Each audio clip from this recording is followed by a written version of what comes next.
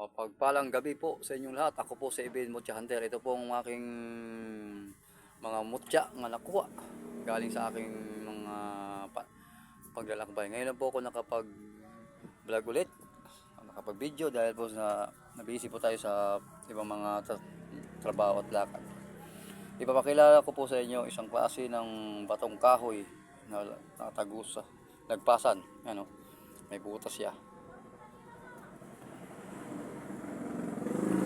Kahoy po yan, hindi po yan gawang kalikasan po yan. At ito naman po ang kristal at tapol. Ito naman po isang klase na bunga, marami ang mata, malabo. Ito po, ito naman po tatawag nila sa mga matatanda rito na mga albularyo. Tawag daw nila dito pag pinakita ko sa kanila. Ito po ang natawag na, tingnan niyo po na maigi.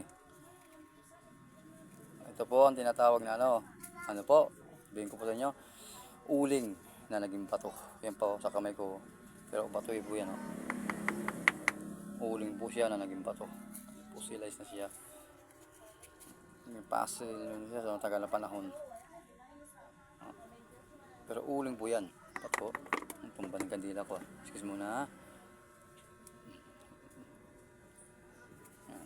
Ito pa yung isa uling na naging bato. Tubuan na nga siya na kasi dagat Tubuan na. Ito po isang ng lalaki. Sa ating mga lalaki, ito po yung ating nilalaban sa ating digmaan paminsan-minsan pag tayo may mga asawa na. Yan. Yan po. Ito po binababad sa tubig, inumin para laging matibay ka sa labanan sa iyong asawa. Yan po yan. Ito naman po isang uri ng putik na tumigas na naging parang siya nagpas siya nagpasan, pero naging bato na Ito naman po mushroom po siya, mga tumigas na sa tubig lang po yan, nakita rin mushroom po siya, yung nakaan sa mga kahoy, tumigas na naging matigas na siya, hindi na tatagal, magiging puzzle na rin to pag matagal na sa tubig talaga. So nakuha ko siya. Yan po.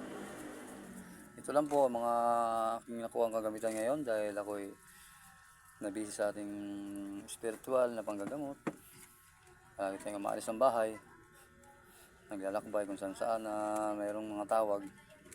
Yan po. Ito po yung lahat sila, mga bago kong kuha. Pasensya na po kung ilalawit ako nakapag-upload ulit. Salamat hanggang sa muli. Ako po si Ibin Mutya Hunter. Hanggang sa muli po.